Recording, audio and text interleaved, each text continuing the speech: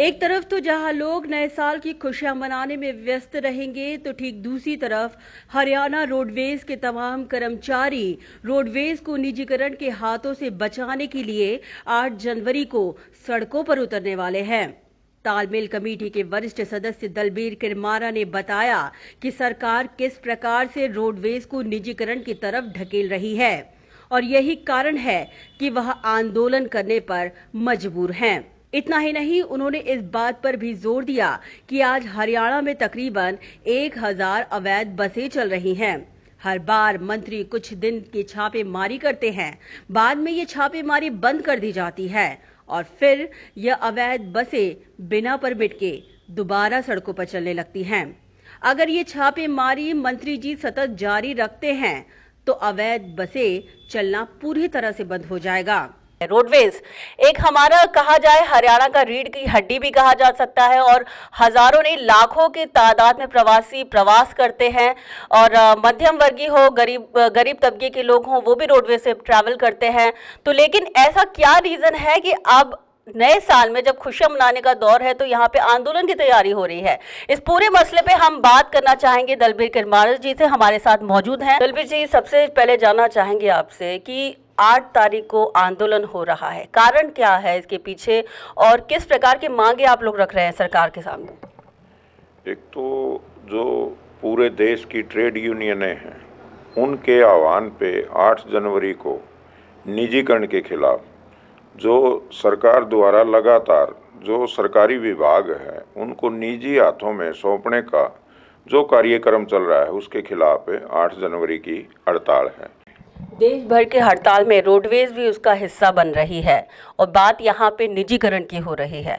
निजीकरण हो रहा है ये आप कैसे कह सकते हैं? ऐसी कौन सी चीज़ें हैं या ऐसा क्या कर रही है सरकार जिसके बलबूते आप ये कह रहे हैं कि निजीकरण की तरफ जा रहा है, ढकेला जा रहा है रोडवेज को?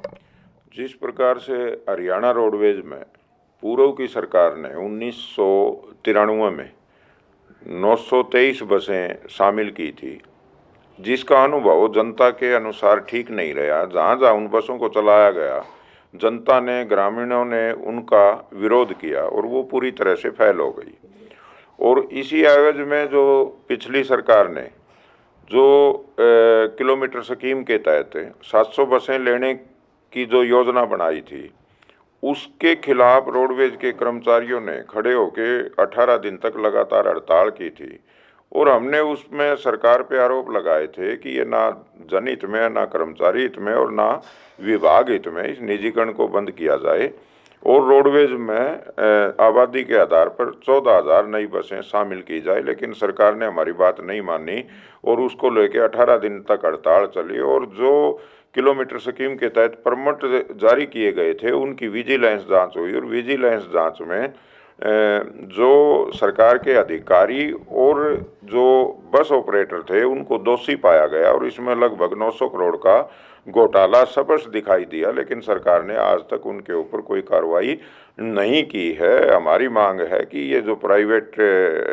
जो सिस्टम है, प्राइवेट बसें हैं, इनको लेना बंद करे और रोडवेज के बेड़े में बसें शामिल करे, जिससे लोगों को रोजगार भी मिलेगा और लोगों को जो सरकार द्वारा दी गई जो सुविधाएं हैं वो भी आराम से मिलती रहेगी। अभी नई सरकार है, नई सरकार का दावा है ईमानदारी की तरफ चल रही है। क्या अभी आपको लगता है कि ईमानदारी की तरह से यहाँ पे कार्यकाज हो रहा है? और रोडवेज को लेकर जो आप बात करें निजीकरण की, तो नए जो मंत्री आए हैं वो क्या इन मुद्दों पर ध्यान नहीं दे रहे? देखो, परिवहन मंत्री जी से रोडवेज की तालमेल कमेटी ने चंडीगढ़ में बातचीत की है और परिवहन मंत्री जी के साथ बातचीत भी हमारी सकारात्मक रही है। हमने जो नए मंत्री होने के नाते जो सभी तथ्य से हमने उनको अवगत करवाया है और उसी एवज में जो लगातार मंत्री जी छापेमारी भी कर रहे हैं और इससे पूर्व भी जो मंत्री थे हमने ये सभी बातें उनको बताई थी। कुछ दिन तक लगातार उन्होंने छापेमारी की थी और इस प्रकार की बसों को पाया था कि अवैध रूप से हजारों बसें चल रही है, लेकिन वो बसें पिछली जो सरकार थी उसके टाइम में लगातार चलती रही। और अब हम मंत्री जी से ये उम्मीद और आशा करते हैं कि मंत्री जी जिस हिसाब से जो छापे मार रहे हैं और जो बसें उनके आगे आ रही है उनको इम्पाउंड कर रहे हैं, तो मंत्री जी की सही मायने में नीयत साफ होगी, ईमानदारी से काम करेंगे तो ये बसें मतलब है ना बड़े आराम से बंद हो जाएंगी। और इसका जो सरकार में जो नुकसान हो रहा है वो नुकसान भी सरकारी जो नुकसान है वो बंद हो जाएगा। बता दें कि इस अवैध बिना परमिट की बसों का मुद्दा एनएलओ के नेता अभय चौटाला ने भी उठाया। उन्होंने स्पष्ट तौर पर कहा कि भारतीय जनता पार्टी सरकार के परिवहन मंत्री ने ये खुद कहा है कि 1000 से ज्यादा बिना परमिट की बसें चल रही हैं। ये जानकारी सरकार को है, मगर 5 साल में कार्रवाई न होना इस बात का सबूत है कि कितना बड़े पैमाने पर इसमें भ्रष्टाचार चल रहा है, जिसका जवाब वे विधानसभा में सरकार से पूछेंगे। सबकी जांच अगर कराए, सारे घोटालों को लेकर के जांच हो जाए तो फिर तो मान के चलो सरकार का हर आदमी नंगा हो जाएगा। कौन सा डिपार्टमेंट मुझे ऐसा है बता दो जिसके अंदर घोटाला नहीं है। अब तो इनके अपने मंत्री ये बात कहते हैं कि रोडवेज का जो मिनिस्टर है उसका बयान मैंने पढ़ा था कि 1000 से ज्यादा बसें जो है बिना परमिट की चलती हैं, और उसने कहा कि हम उन बसों को पकड़ेंगे, बंद कराएंगे। 5 साल इनकी सरकार थी, इसका मतलब 5 साल से चल रही है। फिर इससे बड़ा और भ्रष्टाचार क्या हो? उनके खुद के मंत्री ये बात मानते हैं। क्या नई सरकार को ये थोड़ी दूसरी पार्टी की नहीं, इन्हीं की सरकार थी पहले, अभी यही सत्ता में है। तो इसका मतलब 5 साल के जितने घपले और घोटालों का जिक्र आज ये लोग सेवन करते हैं, इनकी सरकार ने किए, करके किए। फिर ये तो विधानसभा का सत्र रहेगा जब पूछेंगे। बता दें कि आज हरियाणा में तकरीबन 3400 बसें रूट पर चल रही हैं, जबकि जरूरत 14000 बसों की है। दलबीर किरमारा का मानना है कि अगर सरकार 5000 बसें भी ले आती है तो इससे 35000 बेरोजगारों को रोजगार मिल सकता है।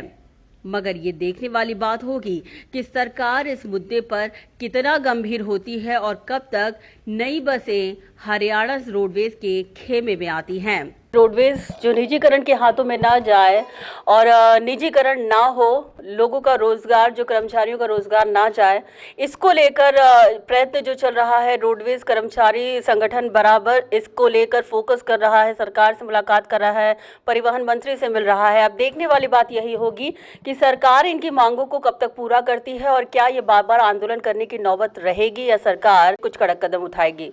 कैमरा पर्सन भारती के साथ अर्चना त्रिपाठी, सिटी बिग न्यूज़।